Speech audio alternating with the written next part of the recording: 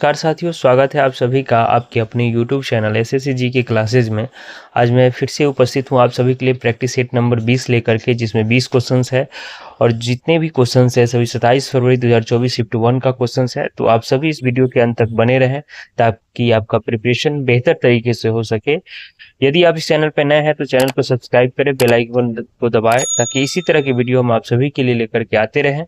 चलिए बढ़ते हैं क्वेश्चन की तरफ। क्वेश्चन नंबर 1 है हमारा, मई 2022 तक निम्नलिखित में से क्या भारतीय संविधान के अनुच्छेद 19 का एक हिस्सा नहीं है?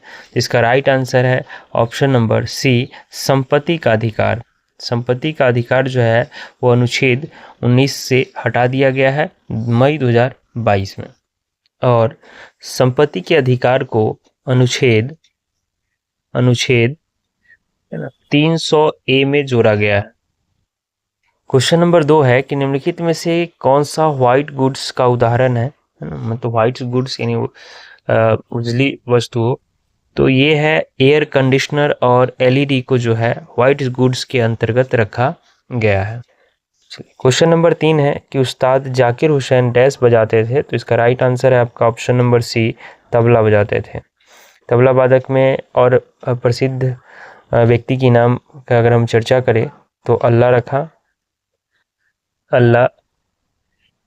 रखा खान, है ना, ठीक है, किशन महाराज,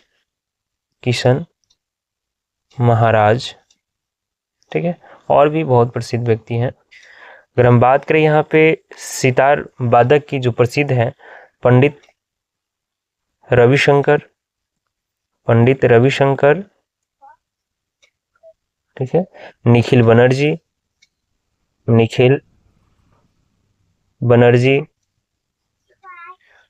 ठीक है, उसके बाद बिलायत खां, ये सब प्रसिद्ध सितार वादक हैं।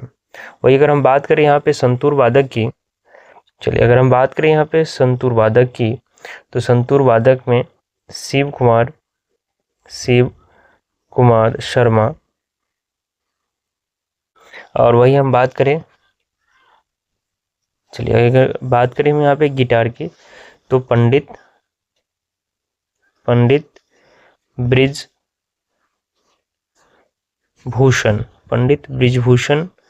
है ना, काबड़ा,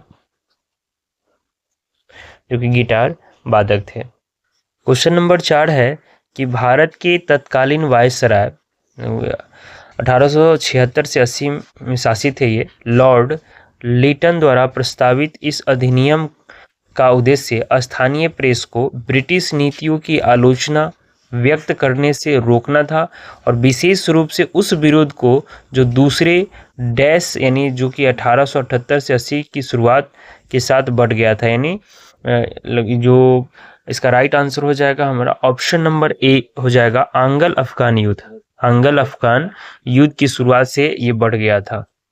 क्वेश्चन नंबर 5 है कि निम्नलिखित में से कौन कोडियाट्टम के पुनर्जागरण के दिग्गजों में से एक था? तो इसका राइट आंसर है हमारा ऑप्शन नंबर 2 यानी बी, जो कि अमनूर माधव, है ना, चाक्यार है ना, अमनूर माधव चाक्यार जो है वो कोडियाट्टम के पुनर्जागरण के दिग्गजों में से एक थे। क्वेश्चन नंबर 6 है कि दिए गए कथन को पूरा कीजिए। अशोक के अधिकांश शिलालेख डैश, यानी अशोक के जो अधिकांश शिलालेख थे वो ऑप्शन नंबर 20 का राइट होगा, प्राकृत में थे और ब्राह्मी लिपि में लिखे गए थे। प्राकृत में और ब्राह्मी लिपि में लिखे गए थे। अगर हम बात करें यहाँ पे अशोक के बारे में, तो सम्राट अशोक जो थे वो मौर्य वंश के महान शासक थे। मौर्य वंश के महान शासक थे, राजा थे। अगर हम बात करें उनके शासनकाल की, शासनकाल की हम बात करें तो उनका शासनकाल 269 ईसा पूर्व से लेकर के 232 ईसा पूर्व तक रहा। अगर हम बात करें सम्राट अशोक, तो इनका जो धर्म यानी बौद्ध धर्म से इनका संबंध था, है ना, बौद्ध धर्म से इनका संबंध था। ये बौद्ध धर्म का सबसे प्रतापी राजा थे ये। क्वेश्चन नंबर 7 है कि त्रिपुरा के निम्नलिखित में से किस दिवंगत दिग्गज आदिवासी नेता को 2023 में मरणोपरांत पद्मश्री प्राप्त हुआ था? तो इसका राइट आंसर है ऑप्शन नंबर सी, नरेंद्र चंद्र देव वर्मा को जो है मरने के बाद जो है पद्मश्री से सम्मानित किया गया। क्वेश्चन नंबर 8 है कि दीपिका पल्लिकल कार्तिक निम्नलिखित में से कौन सा खेल खेलती हैं? तो इसका right answer option number B है ना, स्क्वैश खेलती है ना? अगर हम बात करें यहाँ पे दीपिका पल्लिकल की जन्म की, तो इनका जन्म 21 सितंबर 1991 को हुआ था चेन्नई में। ठीक है, चेन्नई में इनका जन्म हुआ था। चलिए, क्वेश्चन नंबर 9 है कि निम्नलिखित विकल्पों में से कौन सा बेरोजगारी का एक कारण है? तो इसका राइट आंसर है ऑप्शन नंबर डी, किसी विशेष क्षेत्र में बड़े पैमाने पर प्रवासन, है ना। किसी विशेष क्षेत्र में बड़े पैमाने पर प्रवासन अगर होता है तो वहाँ पे बेरोजगारी जो है काफ़ी अधिक देखने को मिलता है। क्वेश्चन नंबर 10 है कि भारतीय संविधान के अनुच्छेद 126 में डैश का उल्लेख है, यानी किसका उल्लेख है? तो इसका राइट आंसर है ऑप्शन नंबर बी, भारत के कार्यकारी मुख्य न्यायाधीश का नियुक्ति का उल्लेख जो है अनुच्छेद 126 में किया गया है। अगर हम बात करें यहाँ पे सुप्रीम कोर्ट के स्थान की जो अगर वर्णन की बात करें तो ये अनुच्छेद 124 में किया गया है। अगर हम बात करें यहाँ पे तदर्थ न्यायाधीशों की नियुक्ति का, तो इसका जो है चर्चा अनुच्छेद 127 में किया गया है। अगर हम बात करें उच्चतम न्यायालय अभिलेख न्यायालय होने की जो विस्तार यानी वर्णन की बात करें तो ये अनुच्छेद 129 में इसका वर्णन किया गया है। क्वेश्चन नंबर 11 है कि विश्व चैंपियनशिप या ओलंपिक खेलों में भाग लेने के लिए पहलवान यानी रेसलर को की आयु कम से कम डैश वर्ष होनी चाहिए और उसे राष्ट्रीय महासंघ द्वारा प्रायोजित किया जाना चाहिए। तो इसका राइट आंसर है ऑप्शन नंबर बी, यानी कम से कम जो है पहलवान की आयु कितनी होनी चाहिए? 17 होनी चाहिए। क्वेश्चन नंबर 12 की बात करें तो फीफा अंडर 17 महिला विश्व कप 2022 की मेजबानी किस देश ने की है? तो इसका राइट आंसर है ऑप्शन नंबर डी, भारत ने इसकी मेजबानी की है। चलिए, अगर हम बात करें यहाँ पे कि भारत की राजधानी की, तो भारत की राजधानी नई दिल्ली है, नई दिल्ली। वही अगर हम बात करें यहाँ पे स्पेन की राजधानी की, तो स्पेन की राजधानी जो है मैड्रिड है। अगर हम बात करें यहाँ पे जर्मनी की राजधानी तो बर्लिन है, बर्लिन। और नाइजीरिया की राजधानी की बात करें तो एबूजा है, एबूजा नाइजीरिया की राजधानी है।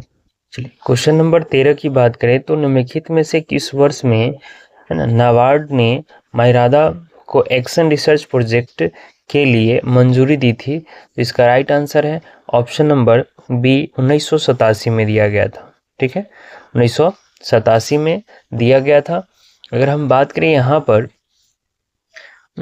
नाबार्ड ने मायरादा एक्शन रिसर्च की बात करें तो ये एक पायलट प्रोजेक्ट था, है ना, पायलट प्रोजेक्ट था, है ना, पायलट प्रोजेक्ट था जिसका उद्देश्य की हम बात करें तो इसका जो उद्देश्य है 500 स्वयं सहायता समूहों को बैंकों से जोड़ना था, है ना, बैंकों से जोड़ना था। अगर हम बात करें यहाँ पे है ना नाबार्ड की स्थापना की हम बात करें तो नाबार्ड की स्थापना 12 जुलाई 1982 ईस्वी को किया गया था। क्वेश्चन नंबर 14 है कि भारत की 2011 की जनगणना के अनुसार अखिल भारतीय स्तर पर वयस्क यानी जो 15 से प्लस के हैं, 15 वर्ष से प्लस की जो साक्षरता दर डैश थी, तो इसका राइट आंसर है हमारा ऑप्शन नंबर डी यानी 69.3% थी।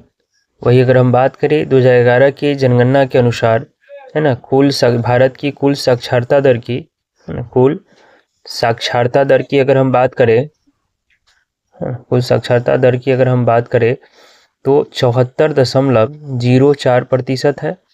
वही अगर हम पुरुष की साक्षरता दर की बात करें, है ना, पुरुष की साक्षरता दर की बात करें तो 82.14% है।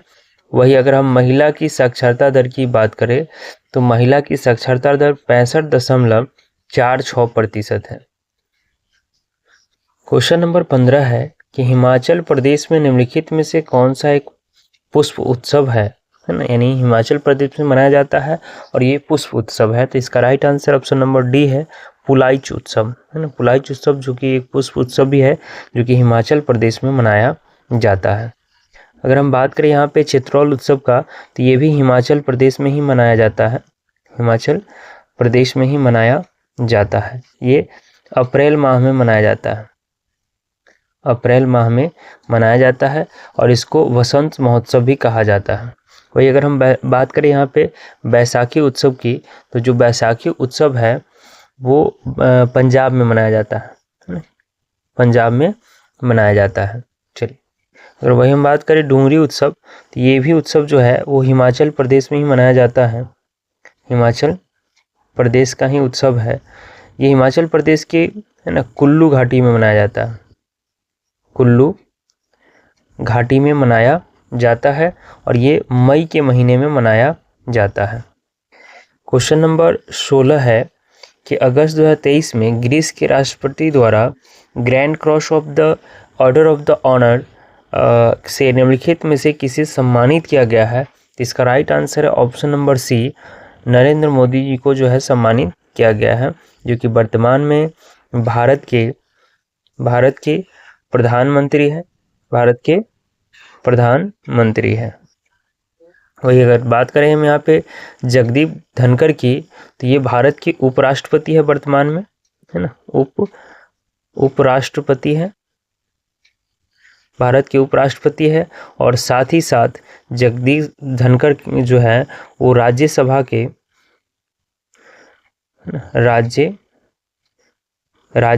के स्पीकर है, राज्यसभा के स्पीकर या अध्यक्ष कह सकते हैं, अध्यक्ष जो है वो उपराष्ट्रपति यानी राज्यसभा के अध्यक्ष जो कि जगदीप धनखड़ जी है। वही अगर हम बात करें यहाँ पे ओम बिरला जी के बारे में, तो ये लोकसभा के अध्यक्ष हैं, लोकसभा के अध्यक्ष है। अगर वही हम बात करें यहाँ पे पीयूष गोयल जी के बारे में, तो इन्हें वाणिज्य एवं उद्योग मंत्रालय दिया गया, उद्योग मंत्रालय। क्वेश्चन नंबर 17 है कि भारत में हरित क्रांति के दौरान शुरू किए गए गहन कृषि जिला कार्यक्रम का प्राथमिक उद्देश्य क्या था। तो इसका राइट आंसर है ऑप्शन नंबर डी, यानी विशिष्ट जिलों में कृषि उत्पादकता को बढ़ाना था। ठीक है, यानी हरित क्रांति का जो उद्देश्य की बात करें तो एक गहन कृषि या जिला कार्यक्रम के द्वारा जो है प्राथमिक जिलों में, यानी जो विशेष जिला है वहां पे कृषि उत्पादकता को बढ़ाने का जो उद्देश्य था इसका। ठीक है, हरित क्रांति का तो फसल से रिलेटेड था, कृषि से रिलेटेड था। अगर बात करें हम हरित क्रांति के, भारतीय हरित क्रांति के जनक की बात करें तो MS स्वामीनाथन है, MS स्वामीनाथन को भारतीय हरित क्रांति का जनक माना जाता है। वही अगर हम बात करें विश्व हरित क्रांति के जनक की बात करें तो नॉर्मन बारलॉग को दिया, मतलब जनक माना, मतलब कहा जाता है। ठीक है, चलिए क्वेश्चन नंबर 18 है कि निम्नलिखित में से कौन सा तापमान का सही मात्रक है। तो इसका राइट आंसर है ऑप्शन नंबर सी, यानी केल्विन। केल्विन जो है तापमान का सही मात्रक है। अगर वही हम बात करें पास्कल का, तो ये दाब का ऐसा ही मात्रक है, दाब का ऐसा ही मात्रक है। और अगर हम बात करें फ़ारेनहाइट, डिग्री सेल्सियस, ये सभी जो है वो ताप की मापने का ही एक पैमाना है, नहीं ताप मापने का पैमाना है, ताप को मापने का है ना पैमाना है। अगर हम बात करें क्वेश्चन नंबर 19 का, तो अरुणोदय 2.0 निम्नलिखित में से किस राज्य द्वारा लॉन्च किया गया है? इसका राइट आंसर है ऑप्शन नंबर ए, असम के द्वारा जो है इसे लॉन्च किया गया है। ठीक है, अगर हम बात करें यहाँ पर तो इसका जो उद्देश्य की हम बात करें ना, इस योजना का उद्देश्य अगर हम बात करें तो इस योजना का उद्देश्य, ठीक है, इस योजना का उद्देश्य की अगर हम बात करें तो इसका उद्देश्य है गरीबी, है ना,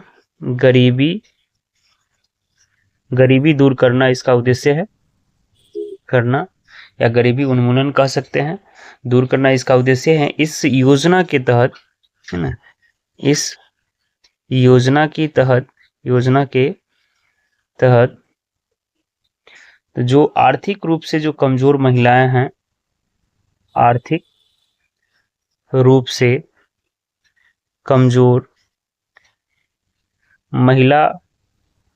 महिला या परिवार कह सकते हैं, यानी खास करके महिलाओं के लिए ये योजना शुरू किया गया था, जिसे हर महीने